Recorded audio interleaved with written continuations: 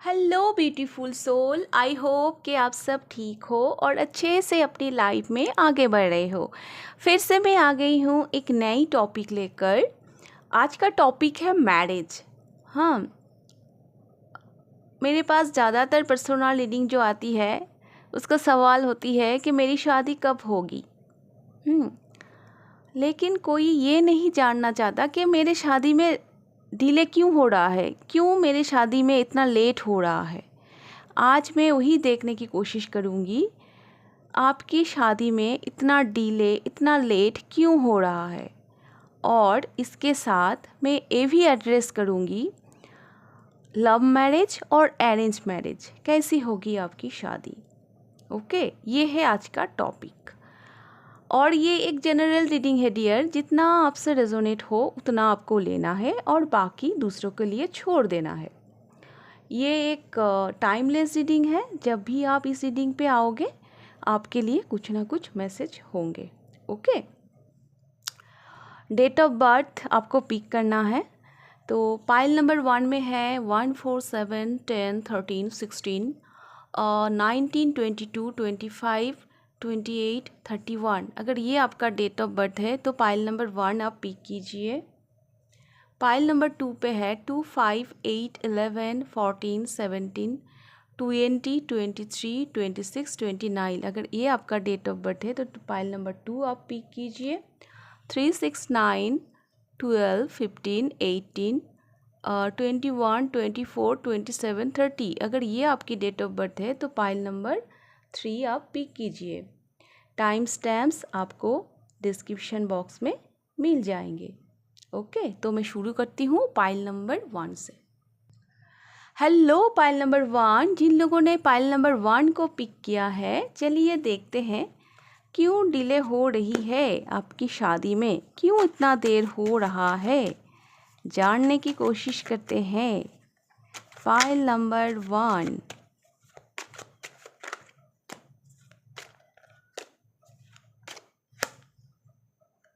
ओफो, king of swords and strength. Pile number 1, king of swords जो है ना, बहुत प्रैक्टिकल सोच रखते हैं, बहुत क्लियर सोच रखते हैं। करंट सिचुएशन में ऐसा सिचुएशन है आपके लाइफ में, इतना प्रॉब्लम है जिसके साथ डील करने में ही आप क्या बोलूँ मैं, इतना प्रॉब्लम है आपके लाइफ में, इतना कुछ झेल रहे हो आप, इसके बाद आप शादी के बारे में सोचने के सिचुएशन में ही नहीं हो।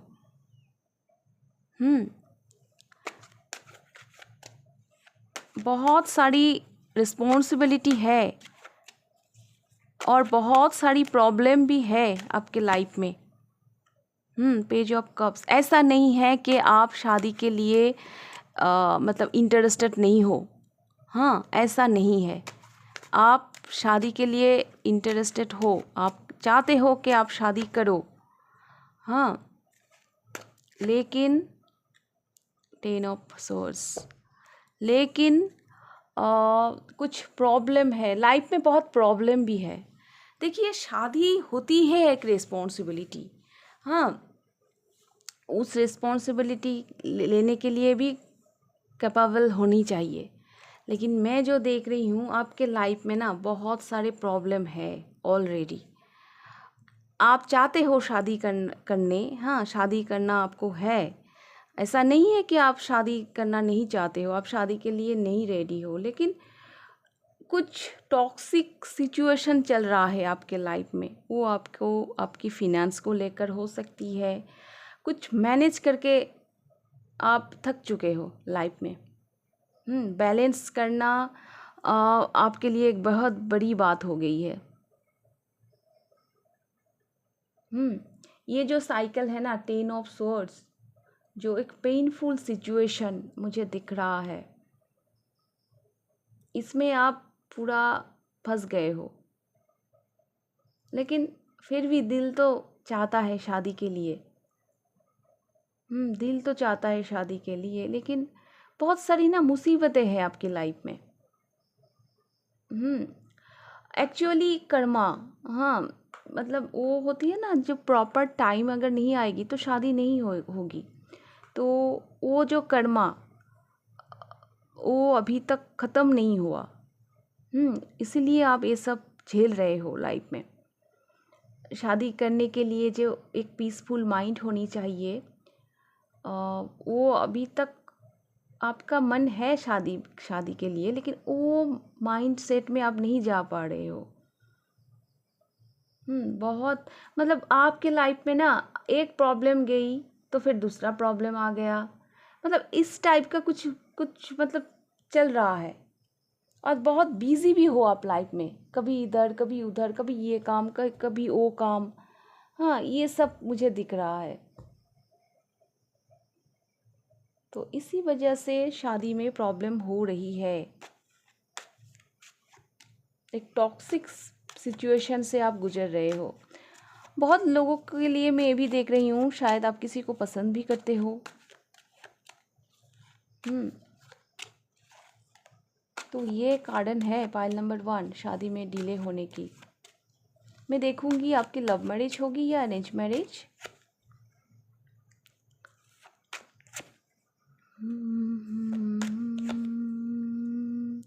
आई think arrange marriage, I think arrange marriage, no doubt. मुझे इधर लव मैरिज की कोई भी पॉसिबिलिटी नहीं दिख रही है, कोई भी नहीं दिख रही है, क्योंकि एक भी इमोशन का कार्ड नहीं आया। जिस दिन आप, मैंने बोला ना, आप एक टॉक्सिक सिचुएशन में, एक टॉक्सिक पैटर्न चल रहा है आपके लाइफ में, जिस दिन आप इधर से निकलोगे उस दिन आपकी शादी हो जाएगी। उस दिन आपकी शादी हो जाएगी, और ये अरेंज मैरिज होने का पॉसिबिलिटी ज़्यादा है।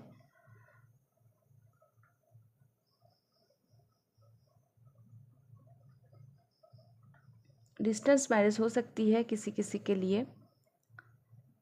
ये शादी मैनिफेस्ट हो रहा है, हाँ, लेकिन मुझे लग रहा है ये अरेंज मैरिज ही होगी पाइल नंबर 1। लव मैरिज की उतना पॉसिबिलिटी मुझे नहीं लग रहा है। ओके, तो ये है आप लोगों का रीडिंग। अगर अच्छी लगी तो लाइक कर दीजिए, कमेंट बॉक्स में कमेंट कीजिए, सब्सक्राइब कर दीजिए मेरे चैनल को। तो आप लोगों का रीडिंग मैं यहीं पे ख़त्म करती हूँ। अभी मैं देखूँगी pile number 2। Hello pile number 2, जिन लोगों ने इस पाइल को पिक किया है, जिन लोगों का डेट ऑफ बर्थ इस पाइल में है, चलिए देखते हैं आप लोगों का रीडिंग। क्यों डिले हो रही है आप लोगों की शादी में, क्यों, आखिर वो कारण क्या है।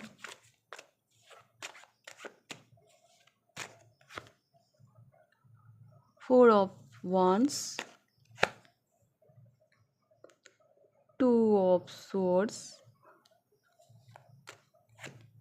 कई लोग तो ऐसा है इस पाइल में जो बिल्कुल शादी के बारे में सोच नहीं रहे हो, और कई लोग ऐसा है जिसका कुछ पास्ट कनेक्शन है। हाँ, ओहो ओहो ओहो। पाइल नंबर 2 एक डायरेक्ट मैसेज आया है। हाँ, एक डायरेक्ट मैसेज आया है। आप इस पाइल में जो लोग हो, ज़्यादातर लोगों के लिए मैं ऐसा देख रही हूँ कि आप लोगों का ना एक इमोशन अटैचमेंट है किसी के साथ, रिलेशनशिप में हो आप लोग, लेकिन आप उस रिलेशनशिप में आगे नहीं बढ़ पा रहे हो। इधर थर्ड पार्टी इशू है। किसी किसी के लिए आपकी मदर या फिर आपके पार्टनर के मदर इस रिश्ते के खिलाफ है, और किसी किसी के लिए मैं ये देख रही हूँ कोई लेडी है जो इस रिश्ते का खिलाफ है। हाँ, इसलिए मतलब मुझे सोचना ही नहीं है शादी के बारे में, ऐसा थॉट में आप चले गए हो। शादी आप करना चाहते हो, हाँ, लेकिन वो प्रॉब्लम हो रही है। और इसमें आप लोगों के लिए ना, जो लोग रिलेशनशिप में नहीं भी हो, आप लोगों के चार पास बहुत नेगेटिव एनर्जी है जो आपकी शादी होने नहीं दे रही है। ये कोई पीपल भी हो सकता है जो वो कट्टी करती है, मतलब आपकी जब शादी की बात होती है तो वो लोग आपके बीच में आ जाते हैं, हाँ, शादी तोड़ने के लिए। तो ऐसा बहुत कुछ सिचुएशन मुझे दिख रहा है। किसी किसी के लिए तो ये है कि कुछ पास्ट लाइफ कुछ सोलमेट कनेक्शन या तो फिर कुछ रिलेशनशिप जो आपके फैमिली एग्री नहीं कर रहे हैं, मतलब आपके कोई है जो इस रिश्ते के ख़िलाफ़ है, तो इसलिए आप सोच रहे हो कि मुझे शादी करनी है तो बस उसी से ही करनी है, और घर वाले राज़ी नहीं हो रहे हैं, तो इस वजह से आप शादी करना ही नहीं चाहते। तो चलो हम सोचते ही नहीं है शादी के बारे में, इस टाइप का एनर्जी है आप लोगों की। तो चलिए देखते हैं आप लोगों की लव मैरिज होगी या अरेंज मैरिज।